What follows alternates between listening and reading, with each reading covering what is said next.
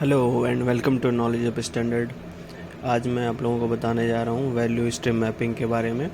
क्या होती है वैल्यू स्ट्रीम मैपिंग, और ये एक लीन का टूल है जिसके बारे में आज हम लोग जानने वाले हैं। चलिए स्टार्ट करते हैं मेरे चैनल नॉलेज ऑफ स्टैंडर्ड पे।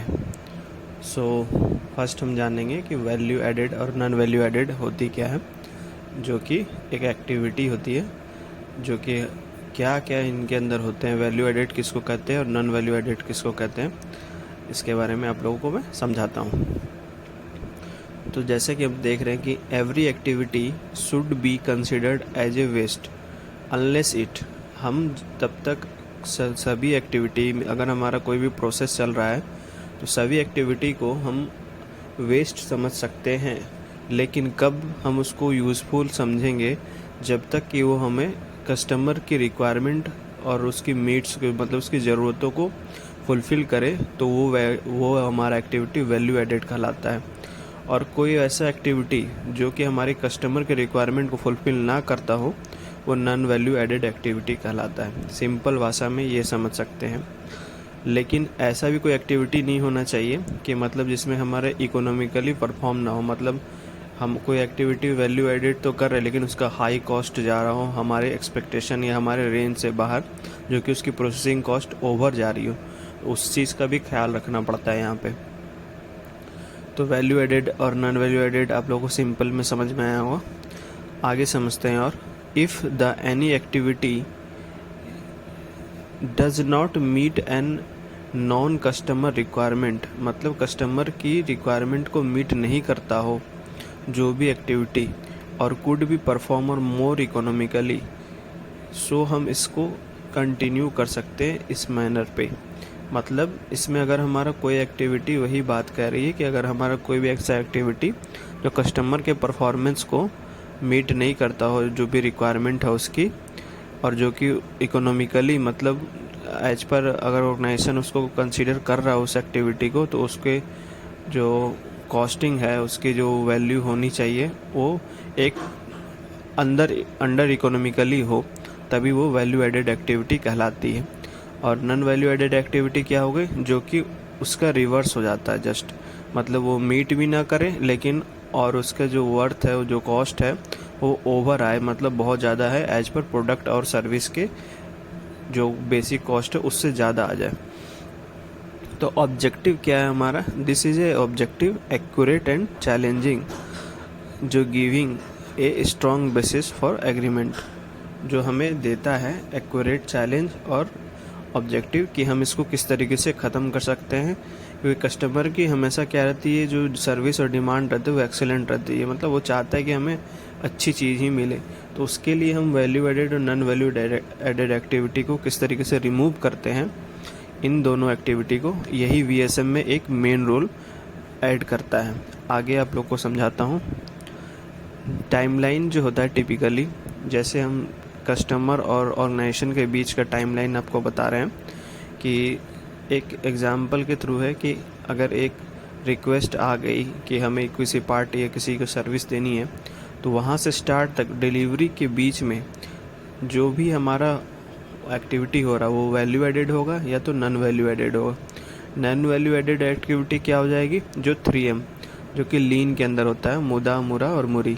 इसका मैंने डिटेल में वीडियो बना रखा है, आप लोग लीन मैन्युफैक्चरिंग के वीडियो में जाके आप इसको समझ सकते हैं। तो नॉन वैल्यू एडेड एक्टिविटी यही होती है जो कि हमें 3M के अंदर होता है, और वैल्यू एडेड एक्टिविटी आप लोग को जो बताया जो कि कस्टमर के मीट होती है। सो इन्हीं दोनों एक्टिविटी के जो बीच की टाइमलाइन या फिर टाइम पल्स बोल लीजिए, इनको ही समझने के लिए हम वैल्यू वीएसएम करते हैं।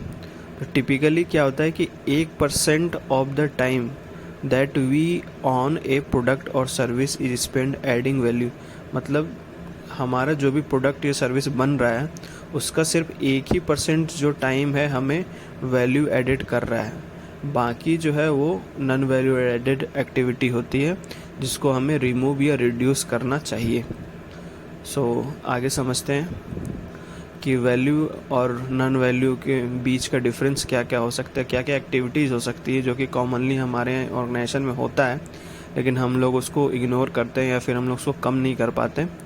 जैसे कि वैल्यू एडेड एक्टिविटी क्या हो सकती है, entering order, order material supply, preparation, drawing, assembly, shipping, customer और एग्जामिन, पेशेंट्स, फिलिंग, ये जो कि एक नेसेसरी है, जो कि कस्टमर की नेसेसरी होती है। लेकिन नॉन वैल्यू एडेड एक्टिविटी में हम लोग जैसे समझ सकते हैं कि वेटिंग हो गया या सॉर्टिंग हो गया, रिवर्किंग हो गया, मूविंग हो गया, किटलिंग या स्टैगलिंग हो गया, काउंटिंग हो गया, इंस्पेक्शन हो गया, सो चेकिंग हो गया, रिकॉर्डिंग हो गया। इन सब चीज़ों को कभी कस्टमर नहीं बोलता कि आप करो हमारे लिए। हम क्या करते हैं कि हमें कस्टमर के मीट करने के लिए इनसाइड जो एक्टिविटी होती है उनको करते हैं, जो कि वो कस्टमर की डिमांड नहीं है। कहीं पर वो लिख करके रिटन में नहीं देता कि आप चेक करो या रिकॉर्ड करो या फिर इंस्पेक्शन करो या काउंटिंग करके दो। उसे सिर्फ ओके या गुड सर्विस चाहिए या तो ओके प्रोडक्ट चाहिए। तो इन्हीं दोनों चीज़ के बीच के डिफरेंस को ख़त्म करने के लिए वीएसएम को इम्प्लीमेंट किया जाता है। सो आगे समझते हैं कि वीएसएम है क्या। VSM is a graphical tool, यह एक ग्राफिकल टूल है दैट हेल्प यू टू सी, जो कि आपको मदद करता है देखने में क्या, and understand the flow of material, और समझने में मटेरियल के फ़्लो को, मतलब आपके जो मटेरियल के फ़्लो और इन्फॉर्मेशन को समझने में मदद करता है, जो कि यहाँ पे आपको दिखा रहा है। As a product or service, product or service के फ़्लो और मटेरियल या इन्फॉर्मेशन के फ़्लो को आपको देखने में और समझने में मदद करता है। Make it's way through the value stream, जो इसको एक वैल्यूबल स्ट्रीम के थ्रू में देखा जा सकता है या बना सकते हैं। और भी इसके क्या हैं तरीके, क्या बोलता है VSM, a value stream involves all the steps both value added and non value added activity. मतलब इसमें जो वीएसएम करेंगे, ये जो वीएसएम बनेगी हमारी, उसमें वैल्यू एडेड भी होगी एक्टिविटी और नॉन वैल्यू एडेड एक्टिविटी दोनों ही होंगे। वो क्यों, वो तो आपकी एक्टिविटी में रहेंगे ही। Required to the complete a product की or service from beginning to end, जब हम किसी एक्टिविटी को या प्रोसेस को स्टार्ट करेंगे तो उसमें हमें प्रोडक्ट की स्टार्टिंग से और लास्ट तक के बीच में वीएसएम में वीए और एनवीए होगा। और समझते हैं इसको कि जो भी ये टूल है इसे हमें क्या, किस तरीके से, किस नज़रिए से देखा जाता है। You then look for opportunity to eliminate or reduce waste in the process.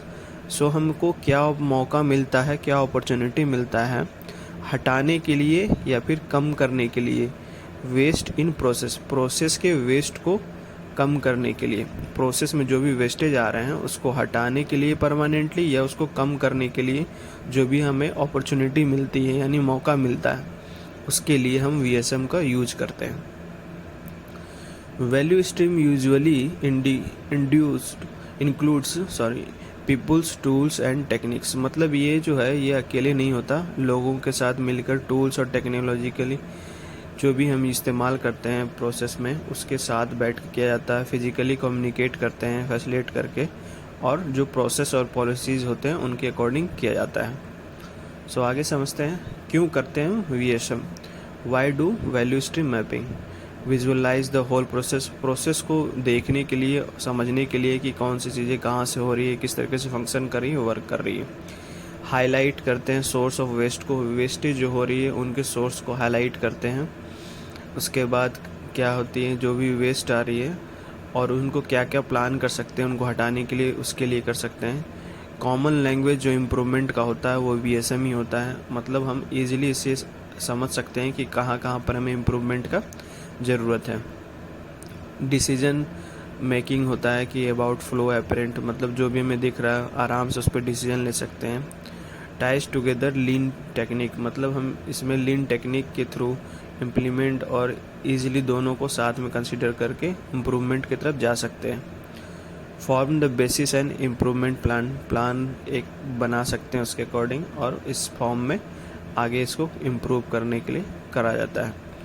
Linkage show करता है किसके किसके बीच, इंफॉर्मेशन और मटेरियल फ्लो के बीच में, जो कि अदर टूल्स में इस तरीके से बना सकते हैं। और आगे समझते हैं कि 3 टाइप्स के वीएसएम होते हैं। एक करंट, फ्यूचर, ये दो आपको हैं, एक बीच का रह रहा है, वो इसलिए रह रहा है कि करंट और फ्यूचर के बीच में हम इसको वाला डिफरेंस समझते हैं। कि करंट वीएसएम में क्या है कि ये एक प्रोसेस का वैल्यू स्ट्रीम बनाया गया है जिसमें बहुत सारे स्टेप्स है, 1 2 3 4 5 6 स्टेप्स है। लेकिन अगर फ्यूचर स्टेट्स वीएसएम में देखें तो 2 ही स्टेप में ये इम्प्रूव हो गया। तो इसमें क्या डिफरेंस किया गया फ्रेंड, जो कि दूसरा है उसको यहाँ से समझते हैं। दूसरा क्या हो रहा है कि ये प्रोसेस हो रहा है जो कि नीचे वाला है। नीचे क्या है कि current state VSM with opportunity, मतलब इस स्टेप में जो हमारा करंट स्टेट में जो प्रोसेस चल रहा है उसमें हमने अपॉर्चुनिटी ढूंढी, गाइडेंस ढूंढे कि अपने जो प्रॉब्लम्स हैं, जो भी प्रोसेस फ्लो चल रहा है उसको इम्प्रूव कहाँ कहाँ कर सकते हैं। जो कि येलो कलर के आपको चार्ट से आपको समझ में आ रहा हो कि इन 4 जगहों पे इन्होंने इम्प्रूवमेंट किया। तो इनका फ्यूचर स्टेट जो वीएसएम है, मतलब जो ये फ्यूचर में देखना प्लान कर रहे हैं कि हमें और शॉर्ट टर्म में अपने प्रोसेस को इम्प्रूव करके ले जा सकते हैं, तो इनको यहाँ से अपॉर्चुनिटी मिला कि हमको यहाँ पे इम्प्रूव करके आगे अपने प्रोसेस को और बेहतर बना सकें। तो ये 3 टाइप्स के वीएसएम होते हैं, current state VSM, current state with opportunity और फ्यूचर स्टेट। आगे समझते हैं कि सिंबल्स क्या क्या होते हैं। जैसे कि मटेरियल फ्लो सिंबल्स के बारे में जानेंगे पहले। जैसे मैन्युफैक्चरिंग प्रोसेस का इस तरीके का होता है सिंबल, आउटसाइड सोर्स मतलब वेंडर्स हो गए या फिर किसी कंपनी के सप्लायर्स हो गए, वो हो गया। प्रोसेस डाटा बॉक्स मतलब आप कोई इनसाइड प्रोसेस करते हैं किसी ऑर्गेनाइजेशन में, उसके साइकिल टाइम या फिर सेफ्टी या फिर टोटल कितना % रिजेक्शन डाटा बॉक्स होते हैं, ये सब डिटेल्स इसके अंदर रहा जाता है। इन्वेंट्री होती है, इन्वेंट्री अगर आप बनाने के बाद WIP में कहीं रखते हैं या फिर तो FG में रखते हैं तो उनका ये सिंबल होता है आई कलर का, जो कि इन्वेंट्री। ट्रक शिपमेंट, एक ट्रक का सिंबल हो कि जो कि आपको कहीं से मूवमेंट हो कि कहाँ से शिप करना हो किसी पार्ट को या आइटम को या लॉट को, तो ये सिंबल यूज करते हैं। इसी तरीके से और भी सिंबल हैं। डॉटेड एरो है जिसका मतलब है कि आप पुश कर सकते हैं प्रोडक्शन मटेरियल, मतलब इन हाउस में आप कहीं पे ले जा रहे हैं, तो फिनिश गुड को आप कहीं ले जा रहे हैं तो उसके लिए कस्टमर के एंड पे सप्लाई कर रहे हैं तो ये डायरेक्ट एरो होती है। सुपरमार्केट के लिए इस टाइप का सिंबल है। फिजिकली पुल जो कि हम डायरेक्ट बाहरी मार्केट से यूज़ कर रहे हैं, ला रहे हैं खरीदने, तो उस तरीके का ये फिजिकली पुल यूज किया जाता है। फीफो का सिंबल ये होता है आपका लिए फर्स्ट इन फर्स्ट आउट का, मतलब कोई भी फर्स्ट पार्ट जो पहले रिसीव हुआ है उसी वही पहले आउट होगा, तो ये फीफो का सिंबल होता है। इस तरीके से इंफॉर्मेशन सिंबल्स भी होते हैं कि जैसे भी आप किसी को मैसेज देना चाह रहे हैं या ऑर्डर देना चाह रहे हैं तो कैसे दे सकते हैं। मैनुअल फ्लो होता है, मतलब डायरेक्टली आप उसे बता रहे हैं कि इस तरीके से लिखा जाए। इलेक्ट्रॉनिक फ्लो बाय ईमेल या फिर कॉलिंग या फिर फैक्स वगैरह हो जाए तो इस तरीके से इंफॉर्मेशन दी जाती है। इसके सिंबल ऐसे होते हैं। शेड्यूलिंग हो गया, जो कि आपको शेड्यूलिंग का इस तरीके के डॉट इस रेक्टेंगल बॉक्स होते हैं इंफॉर्मेशन देने के लिए। Load labelling just like that, ऐसे इसमें क्या होता है कि लोड लेबलिंग में आप किस तरीके से मिक्स कोई कानबन हो या फिर स्पेसिफिक टाइम ऑफ पीरियड के लिए कुछ कर रहे हो लोड या फिर, तो उस टाइप में यूज करते हैं। इसी टाइप से ये एक डबल एरो के डबल राउंड रिंग के हैं सिंबल। सीक्वेंस पुल जिसको बॉल बोला जाता है, ये क्या होता है कि परमिशन देता है to produce predetermined type and quantity, ठीक है।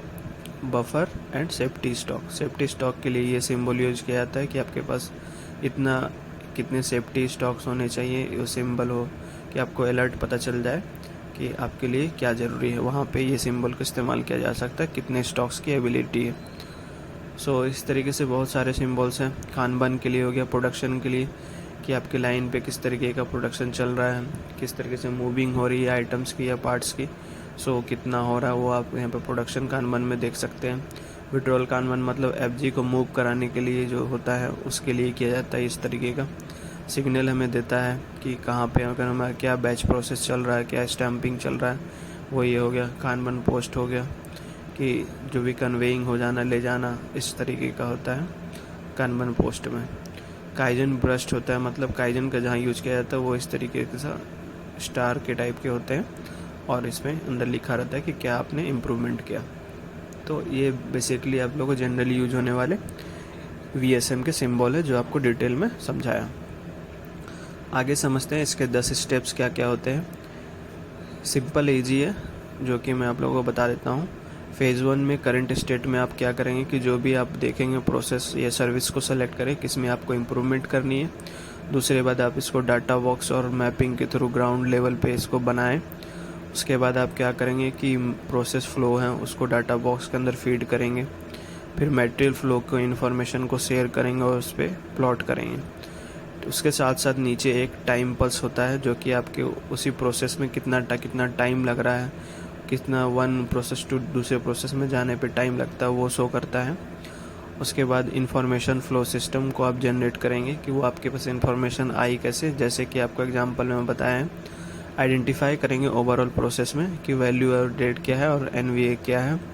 उसके बाद आ जाएंगे हम फेज़ 2 में कि करंट स्टेट वीएसएम में क्या क्या हमें उसमें ढूंढना है, क्या क्या हम उसको इम्प्रूवमेंट कर सकते हैं, कैसे एनालिसिस करके वेस्ट एनालिसिस करेंगे, रूट कॉज एनालिसिस करके कर सकते हैं।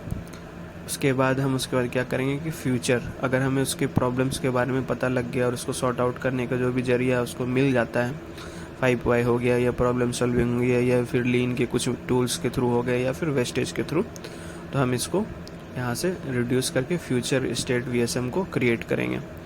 उसके बाद जो भी काइजन से निकल के आएंगे उसको प्लान करेंगे और उसको एक्टिवेट करके इम्प्रूवमेंट के फेज़ पे चले जाएंगे। इसी तरह का एक बेसिक एग्जांपल आप लोगों के लिए लाया हूँ जो कि आपको समझ में आएगा कि जैसे हमने कस्टमर ने कोई फोरकास्ट करके एक ऑर्डर दिया इलेक्ट्रॉनिक मेल के थ्रू, जो कि ये आप लोगों को बताया। हमारे ऑर्गेनाइजेशन में कोई एक ऑर्गेनाइजेशन है जिसके पास ये मेल रिसीव हुई प्लानिंग की या फिर जो भी है, इसने एक अपने जो वेंडर या सप्लायर हो गए जिनसे इनको कुछ आउटसोर्स का माल या फिर आरएम वगैरह चाहिए होता, तो इन्होंने वहाँ पे मेल किया। फिर उसके बाद इन्होंने शिपमेंट की बाय ट्रक से, ट्रक के बाद इन्होंने स्टोरेज किया, फिर इन्वेंट्री के लिए, इन्वेंट्री के बाद ये प्लांट में आया जहाँ पर भी यहाँ पर वर्किंग होना है। इस तरीके से सिंपली प्रोसेस टू प्रोसेस 1 2 जितने भी प्रोसेस है यहाँ पर 5 प्रोसेस के थ्रू गुजरते हुए और प्रोसेस के डिटेल्स यहाँ पे दिए जाते हैं कि उनमें किन किन प्रोसेस में कितना कितना टाइम लगा। उसके साथ साथ ही यहाँ नीचे एक टाइमलाइन दिया गया है कि जो आउटसाइड जो होते हैं इसका टाइमलाइन का हाइट अप होता है और जो इन हाउस होते हैं प्रोसेस उनका जो टाइमलाइन होता है वो डाउन होता है। ये कहीं नहीं बताएगा फ्रेंड, आप लोग प्लीज़ इसको समझें। जो भी आउटसाइड वर्किंग हो रही है या इन्वेंट्री हो रही है रखी जा रही है जहाँ पर ज़्यादा लंबे टाइम तक होल्डर है वो बाहर की तरह अप साइड की तरफ उठा हुआ रेक्टेंगल होता है जो टाइम पल्स बोला जाता है इसको। और इन हाउस जो भी आपका कंटिन्यू जो भी कम प्रोसेस में होता है उसके नीचे की तरफ अंडरलाइन की तरफ दिया जाता है टाइमलाइन में। तो ये प्रोसेस कंटिन्यू ख़त्म होते होते फाइनल आपका यहाँ पर इन्वेंट्री में एफजी में हो जाता है। फिर इसका शिपमेंट ट्रक के थ्रू ये चला जाता है कस्टमर के पास। तो ओवरऑल ये प्रोसेस रोटेट होते रहती है। इसमें हम सिर्फ वीए और एनबीए को आइडेंटिफाई करते हैं, जैसे कि यहाँ पर आइडेंटिफाई हुआ है एनबीए की जो स्टैंपिंग है, स्टैंपिंग की जगह हम ऑनलाइन एंट्री करके इस प्रोसेस को रिड्यूस कर सकते हैं या तो हटा सकते हैं। तो इसको हटा करके हम इस प्रोसेस को और इम्प्रूव कर देंगे और उसके बाद यहाँ पे भी किसी साइकिल टाइम में जो जिसमें ज़्यादा आ रही है उसको रिड्यूस करके इन दोनों को साइकिल टाइम को इम्प्रूव किया जा सकता है।